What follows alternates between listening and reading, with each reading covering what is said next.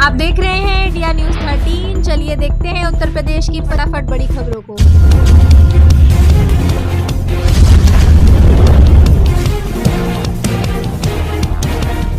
अब night shift में काम कर सकेंगी यूपी की महिलाएं, योगी सरकार ने लिया बड़ा फैसला।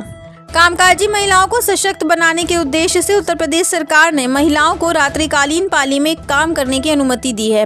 मुख्यमंत्री की जनसंपर्क टीम द्वारा जारी एक बयान के मुताबिक घर से लेकर कार्यालय तक हर स्तर पर सुरक्षा के कड़े उपाय सुनिश्चित किए जाएंगे। राष्ट्रपति द्रौपदी मुर्मू द्वारा उत्तर प्रदेश कारखाना संशोधन विधेयक को अक्टूबर के प्रथम सप्ताह में मंजूरी दिए जाने के बाद सरकार ने यह कदम उठाया है। यूपी में वृद्धावस्था पेंशन योजना को आसान बनाएगी योगी सरकार। कैबिनेट बैठक में इन बड़े प्रस्तावों को मिल सकती है मंजूरी। उत्तर प्रदेश सरकार वृद्धावस्था पेंशन योजना को सरल बनाने जा रही है। आगामी कैबिनेट बैठक में कई महत्वपूर्ण प्रस्तावों को मंजूरी मिलने की संभावना है। सरकार का लक्ष्य है कि अधिक से अधिक जरूरतमंद लोगों तक इस योजना का लाभ पहुंचे। आवेदन प्रक्रिया को सरल बनाया जाएगा और पेंशन वितरण को सुव्यवस्थित किया जाएगा। अब यूपी में क्लिनिकल ट्रायल के लिए लेनी होगी मरीज की सहमति। कमेटी पेशेंट को देगी ये जानकारी। उत्तर प्रदेश के राजकीय मेडिकल कॉलेजों में क्लिनिकल ट्रायल के लिए नई ASOP जारी की गई है। मरीजों की सुरक्षा और गोपनीयता सुनिश्चित करने के लिए दवा परीक्षण से पहले मरीज और परिवार की स्वैच्छिक सहमति अनिवार्य होगी। एथिकल कमेटी नियमित रूप से प्रक्रिया की समीक्षा करेगी और वित्तीय लेन देन में पारदर्शिता बनाए रखेगी। अनियमितता पाए जाने पर मुख्यालय को सूचित किया जाएगा। लखनऊ, नोएडा समेत यूपी के 5 शहरों में 15 नवंबर से नई बिजली व्यवस्था हो जाएगी लागू। UPPCL ने किया ये दावा। लखनऊ समेत कई शहरों में बिजली व्यवस्था में बदलाव किया जा रहा है। वर्टिकल व्यवस्था लागू होने से उपभोक्ताओं को बेहतर सेवाएं मिलने का दावा किया जा रहा है, लेकिन कर्मचारी संगठन इसका विरोध कर रहे हैं। उनका मानना है कि यह निजीकरण की तैयारी है। उपभोक्ता परिषद ने नियामक आयोग से इस पर रोक लगाने की मांग की है। प्रबंधन का कहना है कि इससे पारदर्शिता बढ़ेगी और निजीकरण का कोई इरादा नहीं है।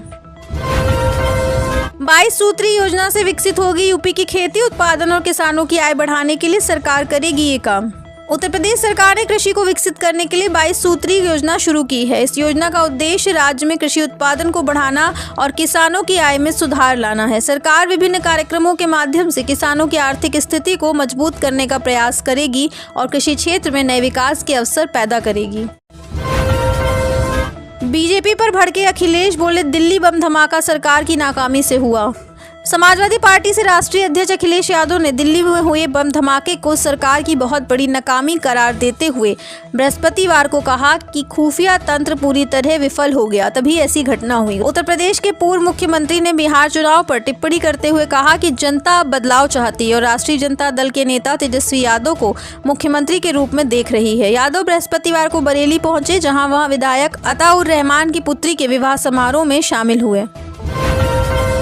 यूपी के इस जिले में बनेंगे 157 आंगनबाड़ी केंद्र। 48 नए सेंटरों को भी मिली मंजूरी। उत्तर प्रदेश के एक जिले में 157 नए आंगनबाड़ी केंद्र स्थापित किए जाएंगे। साथ ही 48 नए सेंटरों को भी मंजूरी दी गई है। इस पहल से जिले में बच्चों के विकास और पोषण संबंधी सेवाओं को बेहतर बनाने में सहायता मिलेगी, जिससे बाल विकास को बढ़ावा मिलेगा। यूपी में RO मेंस परीक्षा का शेड्यूल चेक करें। पेपर के टाइमिंग, एडमिट कार्ड को लेकर ये जानकारी। उत्तर प्रदेश में सरकारी नौकरी की तैयारी कर रहे युवाओं के लिए एक बड़ी खबर सामने आई है। उत्तर प्रदेश लोक सेवा आयोग ने समीक्षा अधिकारी और सहायक समीक्षा अधिकारी भर्ती परीक्षा 2023 की मुख्य परीक्षा की डेट्स की घोषणा कर दी है। आयोग ने आधिकारिक वेबसाइट पर परीक्षा का पूरा शेड्यूल जारी कर दिया है। आपको बता दें कि इस परीक्षा का आयोजन 31 जनवरी और 1 फरवरी 2026 को किया जाएगा। प्रारंभिक परीक्षा में सफल उम्मीदवार अब मुख्य परीक्षा में शामिल होंगे।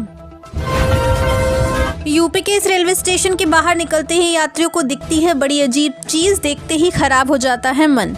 मेरठ सिटी रेलवे स्टेशन पर यात्रियों को बाहर निकलते ही कूड़े के ढेर का सामना करना पड़ता है, जिससे शहर की छवि खराब होती है। रेलवे और कैंट बोर्ड के अधिकारियों की उदासीनता के कारण स्टेशन के बाहर कचरा जमा रहता है। स्वच्छ भारत मिशन के बावजूद स्थिति में कोई सुधार नहीं हुआ है। कैंट बोर्ड ने सफाई और सुंदरीकरण का आश्वासन दिया है, जबकि स्टेशन पर प्रतिदिन 5 से 6 क्विंटल कूड़ा निकलता है। यूपी में सख्त हुए अफसर, नहीं चले किसानों के बहाने। इस जिले में पराली जलाने पर 13 लोगों पर 52,500 का जुर्माना।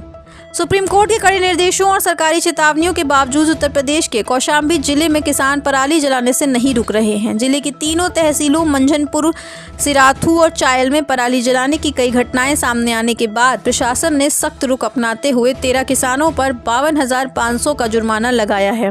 प्रशासन की इस कार्रवाई से किसानों में हड़कंप मच गया, जबकि अधिकारी इसे वायु प्रदूषण पर नियंत्रण के लिए आवश्यक कदम बता रहे हैं। आप देख रहे हैं देश का number 1 Hindi news channel India news 13, मतलब भारत की आवाज।